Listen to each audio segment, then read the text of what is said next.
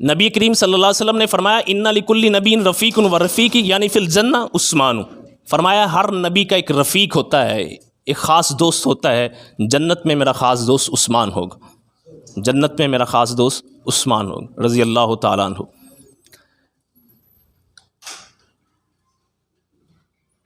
یہ نبی کریم صلی اللہ علیہ وسلم کے تیسرے خلیفہ منتخب ہوئے تھے، تیسرے خلیفہ،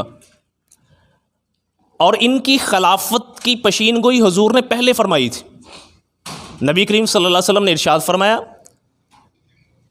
انہ لعل اللہ یکمسک قمیصا، عثمان ہو سکتا ہے کہ اللہ تمہیں ایک قمیص پہنائے، جب وہ کرتا تمہیں قمیص عطا کریں اللہ تعالیٰ، فارادو کا علی خلی ہی، یہ لوگ چاہیں گے کہ اس کو اتار دیں، فرمایا فلا تخل لہم، ان کے کہنے پہ یہ قمیص تم نے نہیں اتارنے۔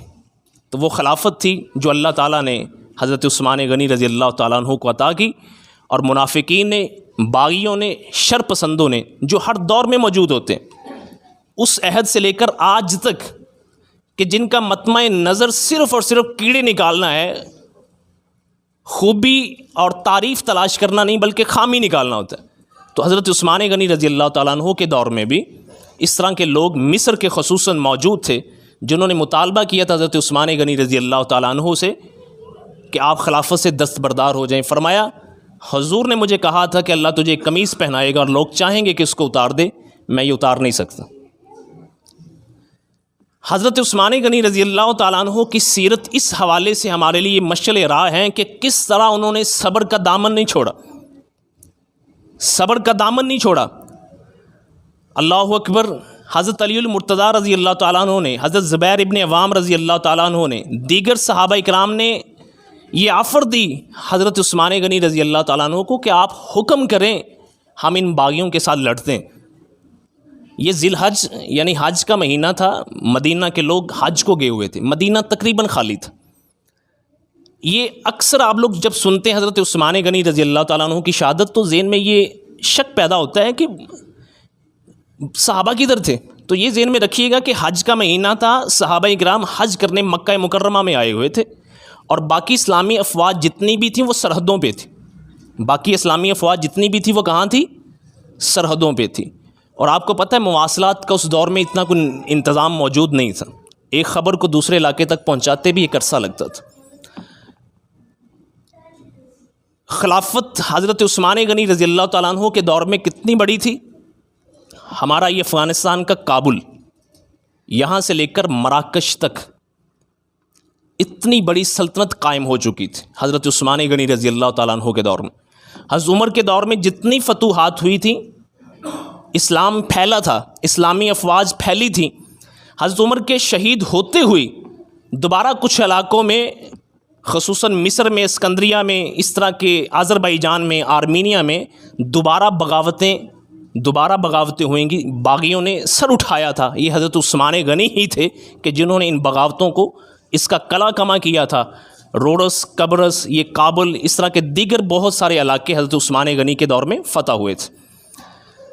تو اتنی بڑی سلطنت کا خلیفہ ہو کر اتنا بے بس ہے کہ اپنے گھر کے اندر محصور ہے، صحابہ اکرام اجازت طلب کر رہے ہیں کہ آپ ہمیں حکم دیں، ہم قتال کرتے ہیں، ہم لڑتے ہیں، لیکن اتنے صابر ہیں، کہتے ہیں کہ میں اپنے جیتے جی گوارا نہیں کر سکتا کہ حضور کے شہر کے اندر میری وجہ سے خون ریزی ہو، چونکہ حضور نے پیشین گوئی کی ہوئی تھی۔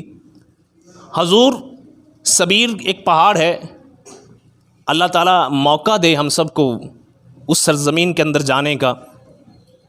جب مینا سے مزدلفہ سے مینا کو جاتے ہیں تو بائیں جانب یہ پہاڑ لکھا ہے ہمارے محدثین نے کہ وہاں یہ پہاڑ موجود ہے، اور یہ سب سے بلند پہاڑ ہے کہ جہاں سے کھڑے ہو کر مینا کے جتنے چھوٹے چھوٹے پہاڑ ہیں سب نظر آتے ہیں۔ اللہ موقع دے ہمیں دیکھنے کا۔ اس پہاڑ پہ حضور تشریف فرمائے ہیں، حضرت ابوبکر صدیق ہیں، حضرت عمر، حضرت عثمان ہیں۔ تو پہاڑ جو ہے اس میں ارتعاش پیدا ہوا ہے، ہلنے لگا ہے۔ حضور نے اپنی ایڑی مبارک مار کر فرمایا ارکز یا سبیر، فرمایا سبیر ذرا ٹھہر جا، فإن علیک نبی و صدیق و شہیدان، فرمایا تیرے اوپر ایک نبی، ایک صدیق اور 2 شہید ہیں۔ حضور نے پیشین گوئی کی ہوئی تھی کہ یہ شہادت حضرت عثمان غنی رضی اللہ تعالیٰ عنہ کو ملے گی، اور ایک اور موقع پہ نبی کریم صلی اللہ علیہ وسلم صحابہ کرام کے درمیان میں موجود ہیں، بیٹھے ہوئے ہیں، حضرت عثمان غنی رضی اللہ تعالیٰ عنہ نے چادر لی ہوئی ہے، چہرہ چھپایا ہوا ہے، گزر رہے ہیں۔ نبی پاک صلی اللہ علیہ وسلم نے فرمایا کہ فتنے رونما ہوں گے، آزمائشیں آئیں گی، لیکن یہ جو شخص جا رہا ہے یہ اس وقت حق پر ہوگا، یہ حق پر ہوگا۔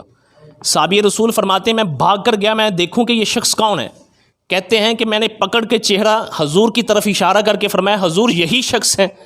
حضور نے فرمایا بالکل یہی شخص ہے، یہ اس وقت حق پر قائم ہوگا۔